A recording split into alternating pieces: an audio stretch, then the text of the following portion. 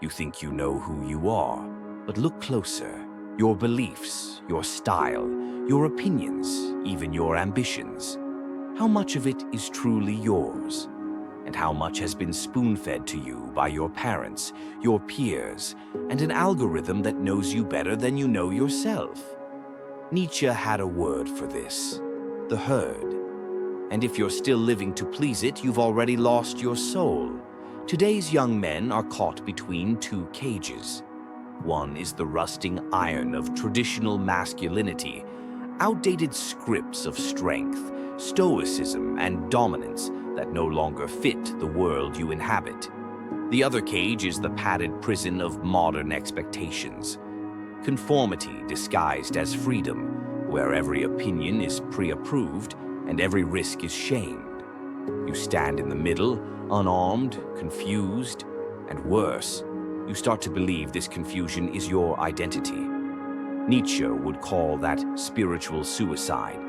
And beyond good and evil, Nietzsche warns, the individual has always had to struggle to keep from being overwhelmed by the tribe. If you can't do this, he says, you will lose yourself.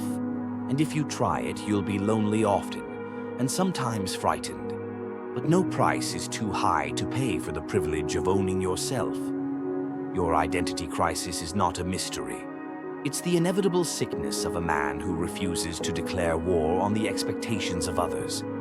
You are trying to please the herd while keeping a soul of your own. Nietzsche's verdict: impossible.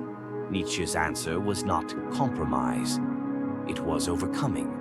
In Thus Spoke Zarathustra, he speaks of the Übermensch, the man who does not inherit his identity, but forges it from the fire of his own will.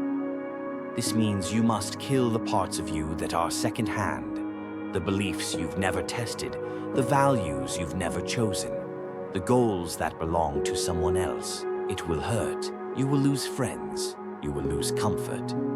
But in the ashes, a man will rise who is not defined by tradition nor trend, only by himself. So here's the choice. Live as a ghost, drifting between two worlds that will never accept you, or burn them both and walk your own path. Stop asking, who am I? And start asking, who will I become if I cut away everything false? Because until you do, you're not a man with an identity.